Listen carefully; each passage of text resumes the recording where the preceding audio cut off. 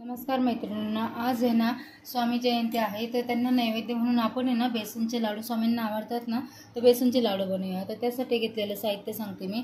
इथे मी पावशेर आहे ना बेसन पीठ घेतलेलं आहे। इथे 100 ग्रॅम आहे ना तूप घेतलेलं आहे, साजूक तूप। इथे थोडेसे पिस्ता घेतलेला आहे आणि 150 ग्रॅम आहे ना पिठी साखर घेतलेला आहे।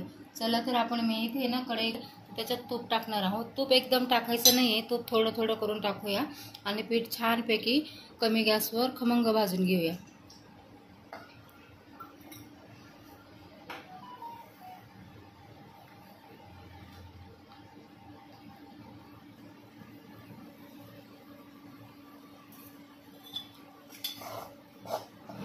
एकसारखं छान परतत राहायचं, नाही तर मग पीठ आहे ना पटकन जळतं, खाली लागतं। पीठ भाजायला मेहनत आहे जास्त, कमी गॅसवर हळूहळू हळूहळू त्याला 15 ते 20 मिनिटं लागतात।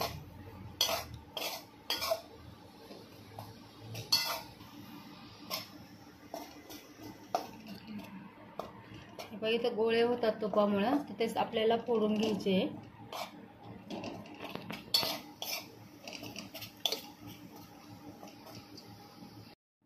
हे पहा मैत्रिणींनी किती सुंदर असं खरपूस आता आपलं हे पीठ भाजलेलं आहे। तर आपण आहे ना एका हातात ताटलीत काढणार आहोत थंड करायला।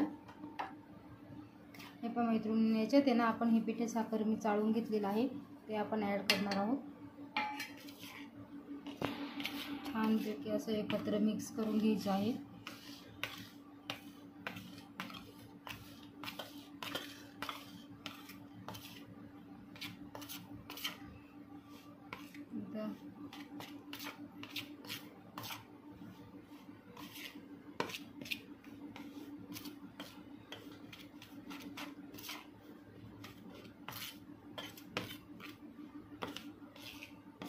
हे पहा मैत्रिणींनी छानपैकी मिक्स झालेलं आहे।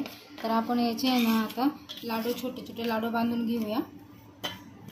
थोडंसं थंड झालं का लाडू बांधून घेऊया।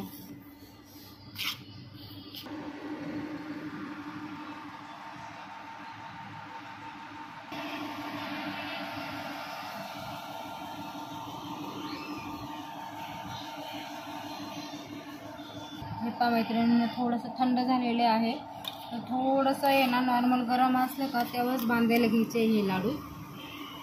चला तर आपण या पद्धतीने लाडू बांधूया। छानपैकी मस्त असे चवीला लागतात ना।